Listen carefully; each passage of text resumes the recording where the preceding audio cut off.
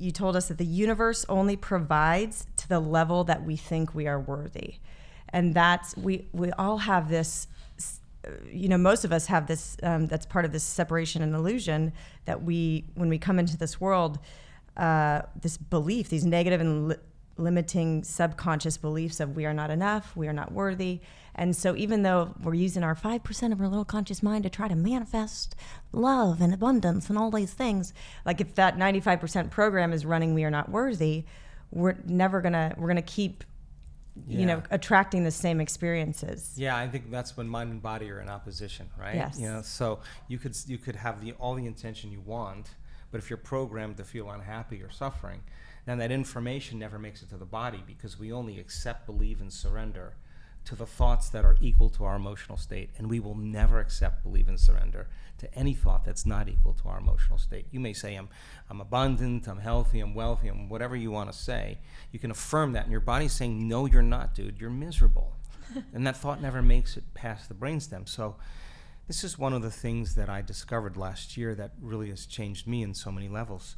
I watched a group of people at an event really closely, and there were people that were healing and changing, and the group was really amazing. And I watched them on the last meditation, the walking meditation, because we do a lot of walking meditations. You've got to get good at doing it with your eyes open, right? So you got to become it. So I was just looking, the sun was rising on the beach in Cancun, and I was just walking by, and I was looking at all these faces.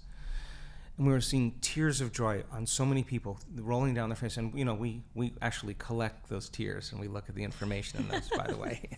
Unicorn tears. And I looked at those people, and I realized nobody is making them happy in this moment but them, right? It's a powerful moment that their body is actually, their bodies are so objective that they don't know the difference between the real life experience that would create that emotion that they're imagining in their future, or the emotion they're imagining in their future by thought alone, right? Their body was believing it was living in that life, and they were making themselves happy.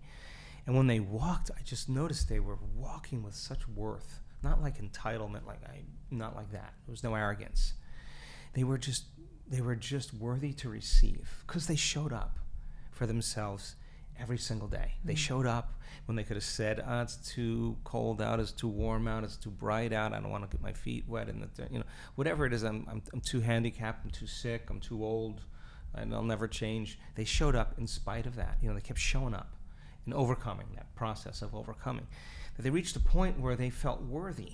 They're really worthy of their future, because they showed up for themselves, and they sat with themselves long enough to feel so much better that they could care less if it happened, because it felt like it already happened. That's when the magic really starts to occur. So, yeah, we love the idea of worthiness, because I think when we do feel worthy, not like trying to feel worthy, it's like trying to forgive. When you finally overcome the emotion that keeps you connected to that person or that past event, you take your attention off it, and you take your power back. And that's actually you feel so good, you don't want to feel any other way any longer. Why would you make yourself miserable if you feel so good? It's not like you have to forgive. You just kind of let go.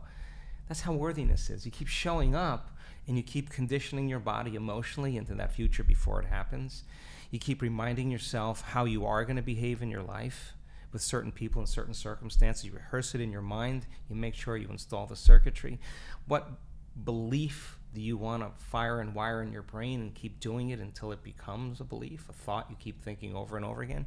How do you want to remind yourself to think? How do you want to remind yourself to act? How do you remind yourself to feel? That becoming process, the side effect of that is measurable changes, not only in a person's biology, but ultimately in their life. But they are worthy now, because they're not feeling separate from, like, I'm going to wait for that great relationship to happen so I could feel love. They would never do that. They feel so much love, they feel like they're worthy of it, right? So they practiced feeling that emotion enough times that they could actually believe in that future.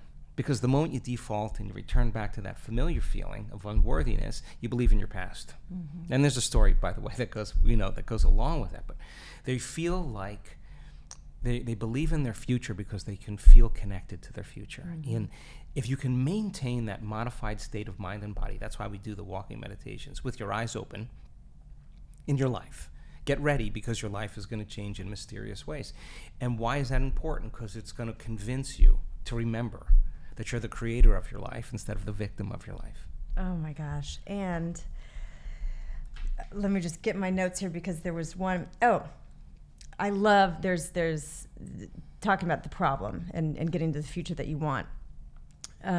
We one of the meditations, I don't know if it's the change box but we talk about, okay, there's a problem in our life and we want to manifest a different reality. We want the problem to go away. We want to manifest the solution. And there's got to be a potential in the quantum field in which the problem that I am facing does not exist. And that's where we go. There's got to be a potential in the quantum field. Again, we're experiencing 1% of reality. So in that 99%, I'm sure we can imagine a potential where the problem I'm facing does not exist.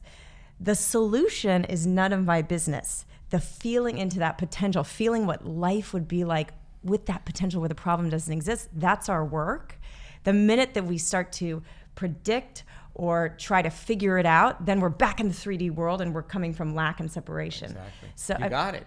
Do I get it? You got it. So it's just so that's the work. And you have so many amazing meditations that you can download from your website, and you know, a lot of them are an hour or more. And people, you know, they go, I don't have an hour to meditate. But when you understand the meaning and all that you've taught us in this podcast and in the advanced week-long, when you understand that you're spending an hour overcoming you and getting into the void and getting into the present moment and allowing your brain to get in that coherent state where you are raising your frequency, upgrading your biology, you know, that what better hour can you spend? And changing matter is going to take forever. Yeah. But if you're spending that hour or 2 hours a day doing your meditations, I can't think of a more productive way to spend your time and start to manifest. And the synchronicities and the shifts that happen in your life are just, I mean, those are the kind of shifts I want to tap into. Yeah, no, I mean, listen, it's a great point. I think the hardest part about it is making time to do it. And I just think that a lot of the programs that we live by every single day is to not believe that we have any effect on our life. You know, because if you did believe that, you would do it. So you would, in fact, you'd do it every day if you knew that you created your life, right? And you wouldn't let any thought slip by your awareness that you didn't want to experience. You'd be the kind of governor of your mind, right? So taking the time to do it means then you're going to have to forget about everything known. Your cell phone, your kid, you know, your partner, your job, your boss, your coworkers, your TikTok, your Twitter, you know, whatever it is that you keep your attention on, and you got to manage your attention. And it's so much more convenient to say, I'm not into this today. I don't feel like it. I don't have enough time. That's you staying the same, right? Don't expect anything to change because you haven't changed, right? Mm-hmm. So the chronic disbelief that comes along with this is just a program, right? Because when you start seeing evidence in your life, you're inspired to create, and you don't want the magic to end. In fact, you want it to keep going. So why would you stop doing that, right? So when you're reacting less to the circumstances in your life, then you're mastering your emotions. You master your emotions. You master your creations. Okay, that means there's got to be something else that I can live, something I can create, right? So if you don't know how, and we don't use any tradition or religious or any secular type of meditation, we just look at the data. We look at the music, we look at everything, we look at everything that we can come up with and being able to teach it better. But if you look at the information that goes along with it, I think people really have to understand what meditation means.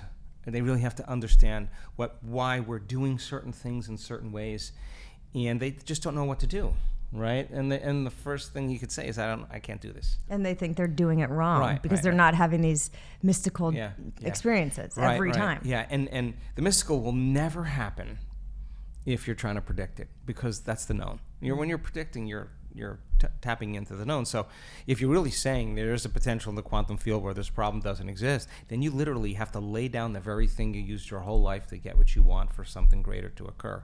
And that's not one swing. That takes some practice to not kind of control that reality or predict that reality.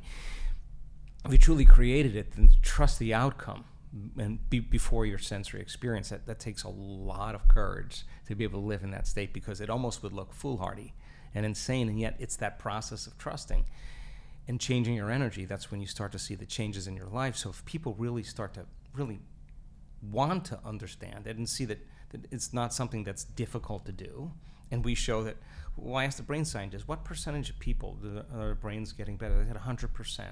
100%. Wow, that's a lot. That's like their brains are working better, right? So if you knew that, you would do the work for that reason. If you knew you could change your biology, if you saw the person that you watched the testimonial 5 times, you have the same health condition, you're going to listen to everything they say. Mm-hmm. It's going to be so relevant to you. And some of the times people say, I did my meditation and I felt so great. I felt good. My sleeping better. I had less pain. I had more energy. I was less fatigued. But my blood values didn't change. My scans didn't change. And anybody who's watching this person tell their story and say, I just realized that the other 15 hours of my day, I was a wreck. And 1 hour against 15 hours. Okay, I got to get good at doing this with my eyes open. Okay, so how am I going to be in this circumstance different than how I was? How am I going to emotionally feel? So they're in the game of change now. This is not just a technique. They know that the only way their condition is going to change is if they change, and they're doing their meditations to change, right? So you hear that from a person who's on the stage saying that. I guarantee you, when you sit down to do your work, you have to believe that it's possible for you. And if you believe in possibility, you got to believe in yourself. And if you believe in yourself, you got to believe in possibility. So people show up for themselves to actually practice it. And so we give them things to do, so they're not sitting there doing. There's intention behind everything we're doing, so they can produce the outcome. Thank you for listening to the Heal Podcast. Be sure to tune in every Thursday for more empowering wisdom and inspiring healing stories. And make sure you hit the follow button on Apple, Spotify, or wherever you listen to podcasts, so you don't miss that one episode that holds the answer you've been searching for. And please rate and review us so that we can grow and reach more people. Thanks so much, and be well.